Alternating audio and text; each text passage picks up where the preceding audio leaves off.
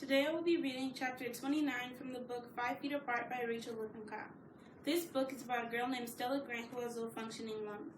This is the story of how she meets a boy, Will Newman, who faces cancer. Soon enough, they fall in love, but there is one thing keeping them apart, a distance of 5 feet. They want to embrace, but can't get too close to each other for the fear of jeopardizing Stella's lungs. And now I present 5 Feet Apart by Rachel Lippincott.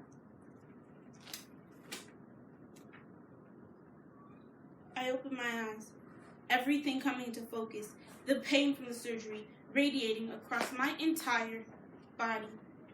Will, I try to look around, but I'm too weak. There's people here, but I don't see him. I try to speak, but can't. My eyes land on my mother's face, and she holds up a package. "Honey," my mom whispers, holding it out to me. "This is for you." A present? That's odd. I struggle to rip open the paper, but my body is weak. She leans over to help me unveil a black sketch book inside. The words on the front reading, 5 feet apart. It's from Will.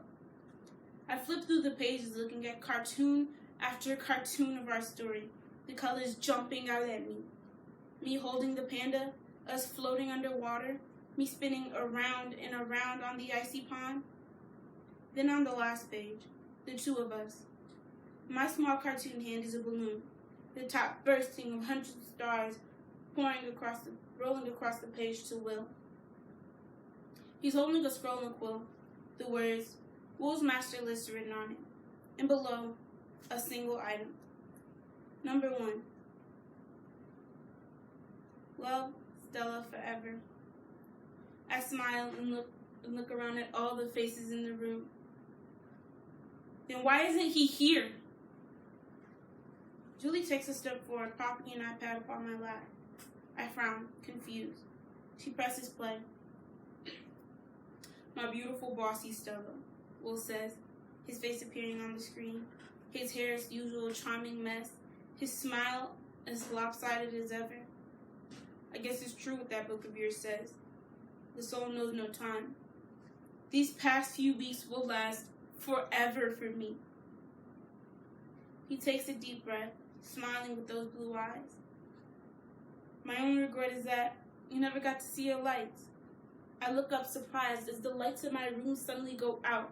Suddenly, the courtyard outside my recovery room window is ablaze, the entire space filled with twinkling holiday lights from the park, twisting around the lampposts and trees. Barb and Julie unlock the bed, rolling it right up to the window so I can see. And there, on the other side of the glass, standing under a canopy of those beautiful lights, is Will. My eyes widen as I realize what's happening. He's leaving. Will's leaving. I grip the sheets as a different kind of pain takes over. He smiles at me, looking down and pulling out his phone. Behind me, my phone starts ringing. Julie brings it to me, placing it on speaker. I open my mouth to speak, to say something, but nothing comes out. I try to somehow tell him through my look not to leave, that I need him. He gives me a faint smile, and I see the tears in his blue eyes.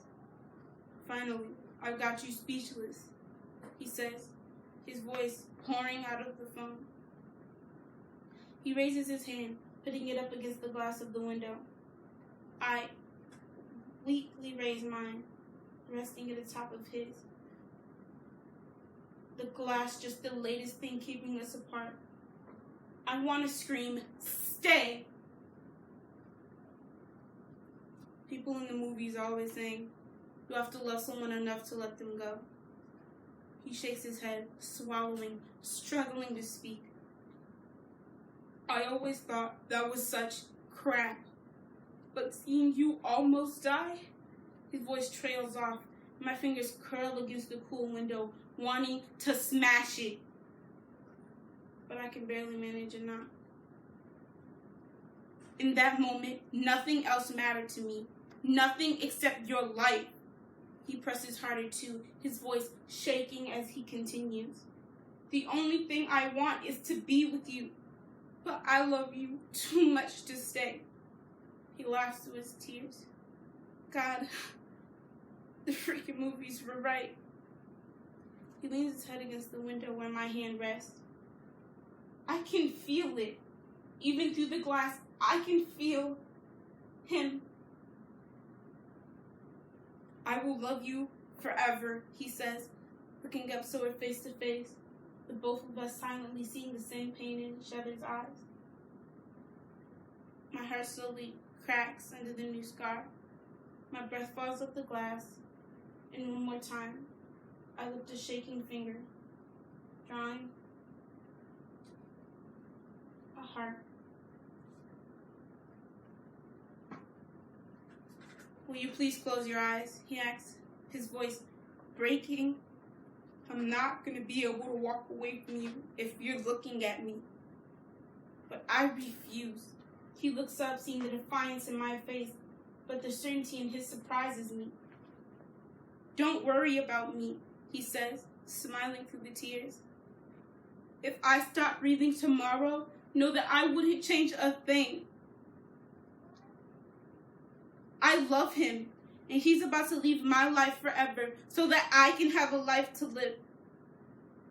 Please close your eyes, he begs, his jaw tightening. Let me go. I take a moment to memorize his face. Every part of it. Then I force my eyes shut as sobs rack my body. He's leaving. Will's leaving. When I open my eyes, he will be gone. I can feel him walk away, much farther than the 5 feet that we'd agreed on. That was always between us. I slowly open my eyes, some part of me still hoping he'll be on the other side of the glass. But all I see are twinkling holiday lights in the courtyard, and town's car in the distance disappearing into the night. My fingertips reach up, shaking, as I touch his lip print on the window. His final kiss goodbye. Thank you.